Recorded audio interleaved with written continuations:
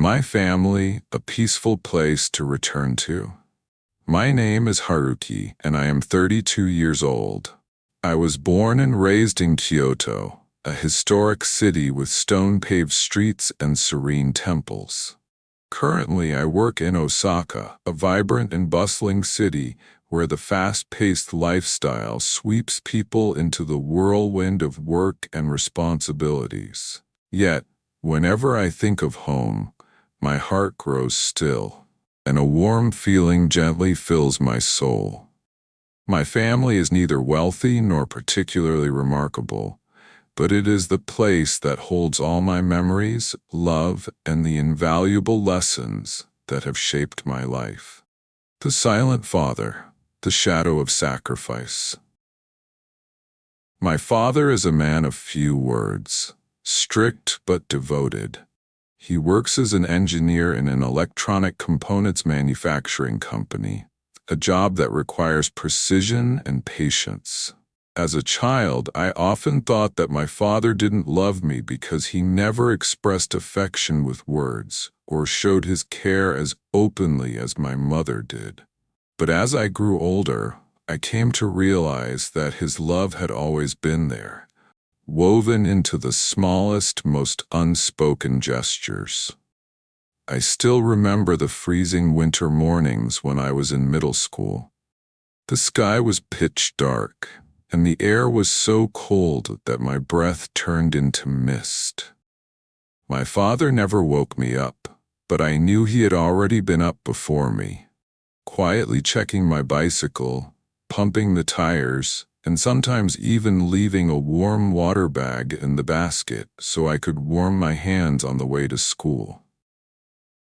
Once, when I was in high school, I had a high fever but tried to hide it, afraid of missing an important exam. That evening, my father came home late. He placed his hand on my forehead and said nothing. Without a word, he turned and left the room.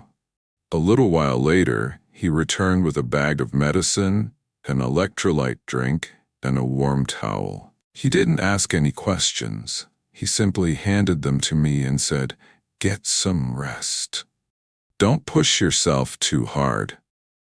Those small actions went unnoticed when I was a child, but now that I am grown, I finally understand. They were my father's way of showing his immense love for me. Mother, the gentle woman with unconditional love. If my father was the pillar of discipline and strength, then my mother was the gentle sunshine that warmed our home. She was a traditional woman who devoted her life to caring for her family. Despite being busy with household chores, she never allowed herself to rest. She was always finding ways to do something for us. One of my fondest memories is of summer mornings.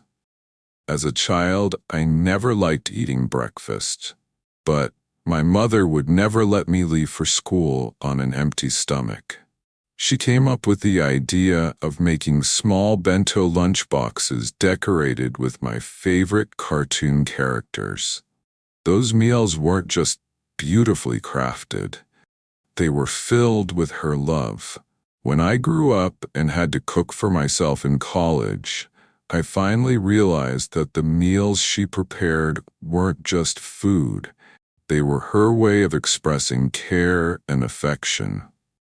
My mother also had a unique way of comforting us. She never asked directly about our troubles, yet she always knew how to offer solace. When I failed an important exam in college, I didn't tell anyone. I simply kept to myself in silence. That night, my mother called me down to the kitchen, and on the table was teriyaki glazed grilled fish, my favorite dish. Seeing my surprise, she just smiled and said, "It's okay, try again tomorrow." That simple sentence lifted a weight off my heart in ways I never imagined. My sister Yuki, the light of our family. My younger sister Yuki is 3 years younger than me. Unlike my father and me, Yuki is always cheerful, energetic, and full of life.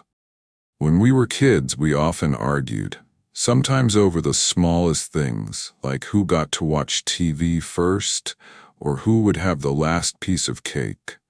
But no matter how much we fought, Yuki never stayed mad at me for long.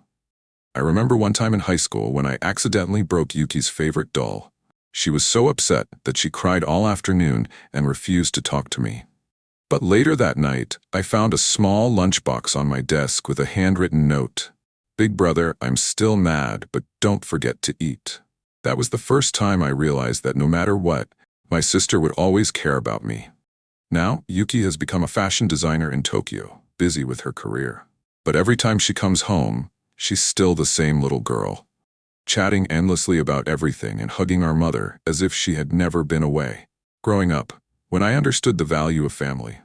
As a child, I always thought of family as something constant, a place I could leave whenever I wanted and return to whenever I pleased.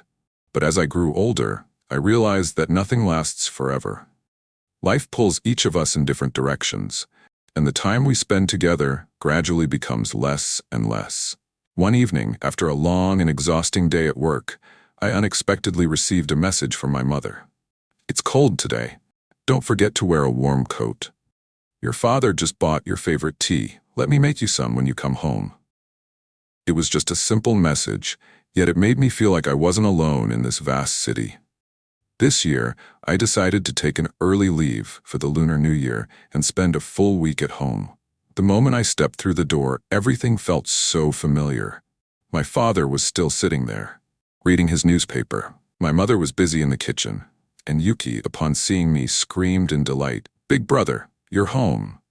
That feeling, that warm welcome, made me realize that no matter how far I go, no matter how much success or failure I experience, my family will always be there, waiting for me to return. Someone once said, "Family is not just where we are born, it's where we truly belong." No matter where life takes me, whenever I think of our small home in Kyoto, where my parents and sister are, a profound sense of peace washes over me. Family, the place that, no matter how far I travel, will always be the anchor of my heart.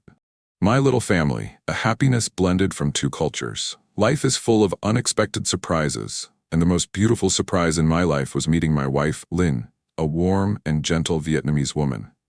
We met 6 years ago when she came to Kyoto to study abroad. At first, we were just friends, but over time, I was drawn to her sincerity, resilience, and optimistic spirit. After 4 years together, we decided to get married and build our little family in Osaka. Lynn and I are very different. I am quiet and somewhat reserved, much like my father, while she is lively, perceptive, and always knows how to create warmth in any atmosphere. When we first got married, I struggled to adapt to her eating habits and lifestyle. In Japan, we tend to favor simple, lightly seasoned dishes, whereas Lynn loves flavorful meals with aromatic herbs and rich dipping sauces. She once jokingly told me that I was too emotionless with food, always eating grilled fish with plain rice. One evening, after a long and exhausting day at work, all I wanted was a quick meal before going to bed. But as I stepped into the kitchen, I saw Lynn carefully tending to a large pot of simmering broth. The fragrant aroma of spices filled the air, making me curious. "What are you cooking?" I asked. She turned around and smiled. "Beef pho. I want you to try a traditional Vietnamese dish." At that moment, I realized she had spent the entire afternoon searching for ingredients and learning how to cook it.